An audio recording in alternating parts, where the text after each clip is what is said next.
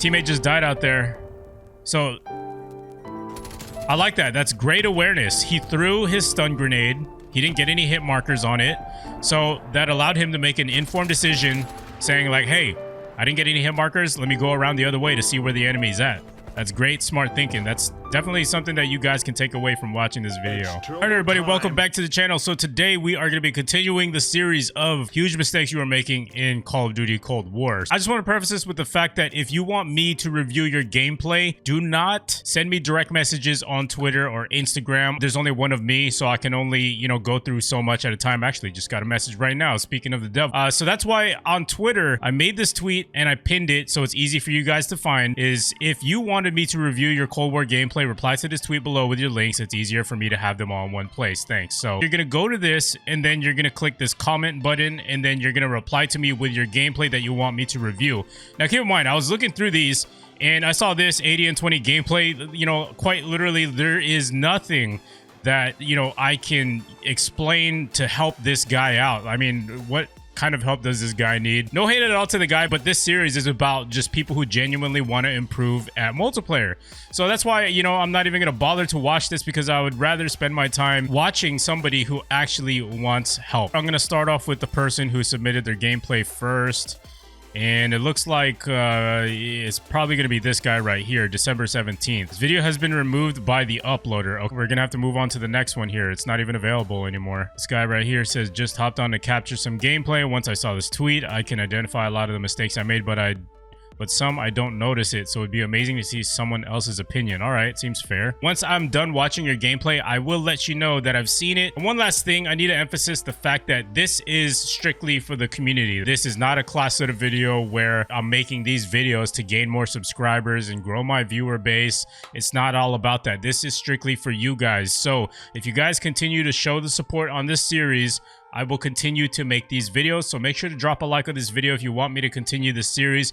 I'd really appreciate it. And like I said, this is for you guys. All right, so let's go ahead and get on with the gameplay here. So he's using the KSP, and he is playing on what's this map called again? I forgot, man. Literally forgot this map. This is one of my favorite maps though, but it's funny, I can't remember the map. Maybe it's just too early in the morning. That was a pretty good kill right there. So good job on playing the objective. That's something I personally could do better. I'm not even gonna lie. He's aiming down sights before he moves into an area. All right, unfortunately there, I feel like I spoke too soon. He could have actually ADS'd right here first before just rushing to the side. And the fact that he's using a burst SMG, it makes you at a little bit of a disadvantage, if that makes sense, when you're rushing too hard like that. You have to kind of treat it like it's a tactical rifle. Because what happens when you're rushing too hard with a burst SMG is that other users who are using something like the 74U or MP5, and when you're up too close to the enemy, you're going to be at a huge disadvantage, especially since there's a burst delay on burst weapons. So when you use something like the KSP, try to be a little bit more patient and be mindful of the distance between yourself and the enemy. So let's see what he does here. So he doesn't engage right away, which is nice. Sometimes that's what you have to do. That was a very nice tactical throw right there. Stun grenade. All right, so I see nothing wrong with that. What I really liked about that play was he wasn't too aggressive. That is what you call being passive aggressive. Just because he got a hit marker on somebody doesn't mean that he was too eager to jump in there, try to get as many kills as possible. He recognized that he was outnumbered, so he decided to be a little bit more passive in that situation. And that's sometimes, you know, what it takes to be a quote-unquote better player, is you have to recognize your situations, the awareness, game sense, etc. That is what makes a good Call of Duty player a good Call of Duty player. He was just trying to hold them at their flag. You know, there's nothing wrong with that. I probably would have done the same thing in that situation. He wasn't pushing their spawns. So he's doing a pretty good job so far, actually. So let's see what he does next. Pre-aiming. Oh, somebody just parachuted down. See what he does. Easy kill. He's pushing up now. Got a pre-aim here. I saw him on the mini-map. He's going left. He going right? Yep. So there you go. You should retreat in that situation, which is exactly what he did. Because if you were to push that, the guy that was on that heady would have definitely, you know, took him out. Good kill right there. Is this guy running a... Is he running a suppressor on his gun? I can't really tell. See, this is exactly what I'm talking about. Like, KSP close range is really, really difficult. Even though it has the fastest time to kill for SMGs, it's just not practical in some situations. See, that's where the KSP works out better. So he switches to a sniper. I think he picked this up. Oh, wow. That was a pretty good snipe. So he's getting shot. He's being passive. He's not going to try to challenge this. He's going to let himself heal first. So UAV is showing a lot of people here. He's taking these people. He is a pretty decent sniper. Not too bad. Trophy system. That exactly just clarifies everything I've been saying about the KSP using it up close. Not too good up close. It's more of like a distance type of weapon. And with the buff that they actually made for the KSP, it's a lot better now at mid-range. Okay, so enemy team just took B. He's still securing the perimeter of the C flag. He's not pushing the spawns, because if you push the spawns, you're going to flip it, obviously. I feel like this may be a little too aggressive. He might get pinched here. Saw a couple enemies. Oh, yeah. So pushing that out there was probably not the best move. So watch what happens after this. So he proceeds to try to get the kill. So he's been doing everything A-okay so far. You know, there's been a little hiccups here and there, but this is super, super pixelated, obviously. We're on YouTube. And then there's a guy right out here that he tried to pursue. So this is an example right here for you guys watching out there, is why you shouldn't be too aggressive even if you get a hit marker. So, but in this situation he did, and that's exactly what happens. You know, there's 3 enemies right there looking right at him. So that would be a situation where even if he's literally one shot, it's just not worth it at that point because of how many enemies are in the surrounding area. And that's where they're spawning in from. So you're going to be outnumbered, and that's the result of that. Right now, try to capture B. Try to capture the B flag. If your teammates are on it, try to help out. Pre-aim that. You're going to get outnumbered. Could have been a little bit more calm passing around that corner, ADSing instead of just jumping around. Especially knowing the fact that the enemy team just captured the B flag.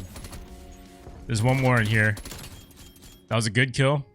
I like that move. Wow. Enemy team already took out a lot of his teammates at the B flag. They're pushing that B flag hard. Very close game, by the way, 98 to 100. So in the second half, if you don't really have all of your streaks, it's best to try to play the objective and gain map control. That's what's going to help you win the game and also get on a streak. If you're controlling where the enemy team is spawning in from, that's going to create less confusion, less chaos in a more controlled environment, if that makes sense. Because you know exactly where they're spawning in from. You know what to expect. There's no randomness. And you're not stuck in your spawn. That's exactly why map control is super, super important. Nothing you can do right there. That's where they're spawning in from. People are just camping probably because they want to get their camo challenges done. Ooh, that was just bad timing right there. Just reloaded it at the wrong time. He probably heard the guy at the last second. See if he can take this guy out. Let's see what he does here. So he doesn't get the kill. This guy's sniping. He should be able to kill him. Good job. And that's another thing too, just awareness of what kind of gun your opponent is using. If he's using a sniper and he misses you, you could rush that guy and be a little aggressive because you've got the better weapon that's for up close. You know, you can be a little bit more sporadic with your movement, make it a little bit harder for them to hit their shots. I'm not sure why the gameplay is skipping through, but that was totally not me. It was just the gameplay itself. What I would do in this situation is just try to gatekeep them from C. Gatekeep them from advancing forward into the map. That's how you do a lot better. That's how you get more kills, a lot less deaths. It's easier to predict the movement. There you go. That's an example right there. Don't push any farther than where you're at right now. Just literally wait for them to come out of their spawn. That's all you got to do.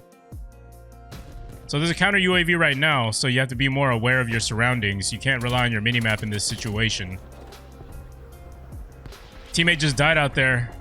So I like that. That's great awareness. He threw his stun grenade. He didn't get any hit markers on it.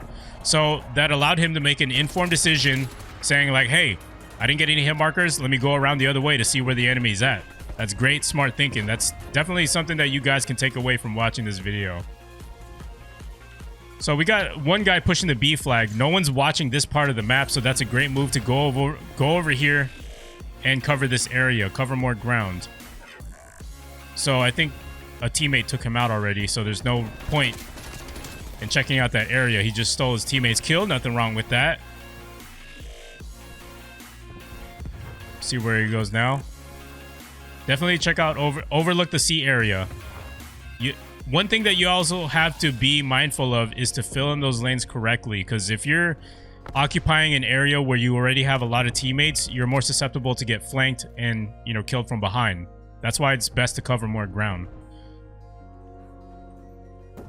All right, so I see one enemy here at the A flag. Takes out his teammate.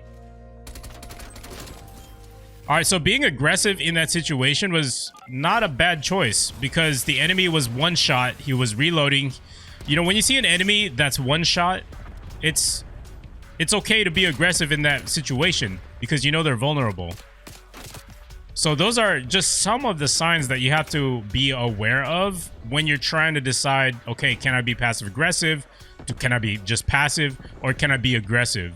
So that's just an example right there of when to be aggressive. If you know, you guys are asking me, you know, how do I know when? That's a good example right there. All right, so this game is pretty much over. There's no shot that the enemy team is going to be able to catch up. He's probably going to try to be a little bit more aggressive here in the final moments of the game. Nothing wrong with that. We all do that. Try to squeeze in those last few kills. All right, and that's the victory right there. Let's see if he shows his final score. All right, so he got 33 kills, 17 deaths. He played the objective really well. And yeah, that's not a bad gameplay. So this guy, he's pretty decent. And, you know, like he said on his Twitter post, you know, sometimes he plays and he feels like there's things that he can improve on that he's not aware of. But, you know, yo, if you're watching this video, thanks for sending in the gameplay. I appreciate all the support. And I hope that, you know, whatever advice that I gave you will help you improve later on in the future. So remember, guys, drop me a follow on Twitter. Do not send me a direct message. Find the pinned tweet right here on my profile.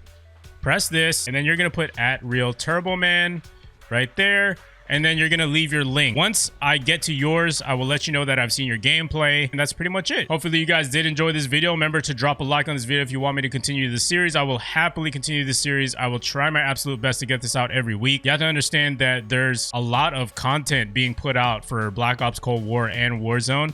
So as a YouTuber, if I want to keep continuing to grow my audience, I have to post those videos and prioritize those. But I will try my absolute best to get these out once a week. So probably on the weekends or something like that. So we'll see. Anyways, guys, hope you guys did enjoy. Make sure to subscribe if you are brand new around here, and I will see you guys in the next video. Let's go, baby. Yo, what's going on, guys? If you guys are trying to stay connected with me, drop me a follow on Twitter @RealTurboMan right here. Also, if you're on Instagram, I'm also on Instagram as well. Hit me up at @RealTurboman_. And lastly, I am on Twitch if you want to catch me live, twitch.tv/TurboManTTV. Let's get it, baby.